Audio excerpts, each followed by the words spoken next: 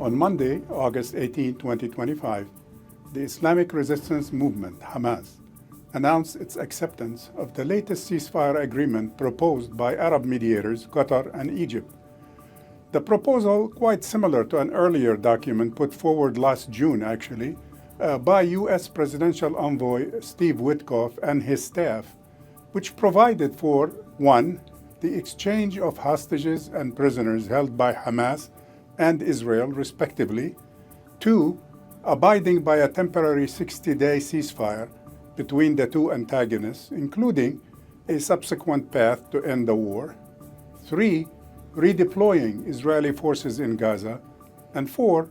Resuming unhindered humanitarian aid distribution to the starving population of the devastated Strip. Prime Minister Netanyahu and his extremist ruling coalition in Israel ignored the long-awaited favorable decision by Hamas. They postponed their official response to the proposal for 4 working days, leaving the fate of the Hamas decision in serious doubt. They also, in practice, left the fate of the Israeli hostages also in doubt. Indeed, the whole week went by without a bleep from Netanyahu or his cronies about the Hamas decision.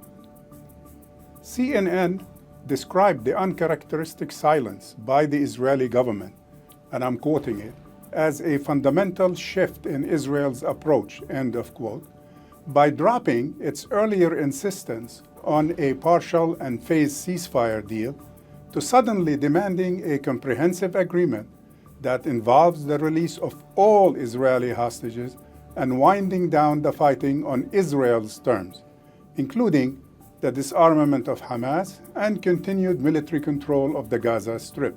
This policy reversal by Israel is reminiscent of earlier political tactics by its government, which on numerous occasions resorted to imposing unrealistic and unrealizable conditions to force Hamas to reject them, thus blaming it for derailing the talks, and then proceeded with its plans to expand and extend the war in Gaza. Meanwhile, we heard no complaints at all, on social media or otherwise, from the resident at 1600 Pennsylvania Avenue, who recommended a few days earlier that Hamas is to be confronted and destroyed to effect a ceasefire deal and guarantee the release of all hostages. Subsequent reports in the Israeli media suggested that Netanyahu was even considering at this late stage in the talks demanding a change of venue from Qatar and Cairo to Abu Dhabi. It seems that Mr. Netanyahu was playing let's make a deal with Monty Hall. Would you like door number 1, door number 2, or door number 3?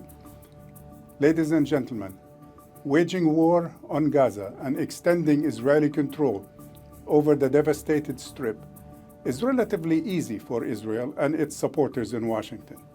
However, ending the ongoing genocidal conflict and the famine it has generated are not that simple. Similarly, dreaming of winning the Nobel Peace Prize by resolving the conflict in Gaza is an illusion that seems naively attainable to some with minimal political input. However, contributing significantly to ending the Gaza war, pursuing a political solution to the Palestine-Israel conflict is quite a complex and challenging endeavor that requires a lot more assertive leadership and more focused diplomatic efforts than currently on display in Washington.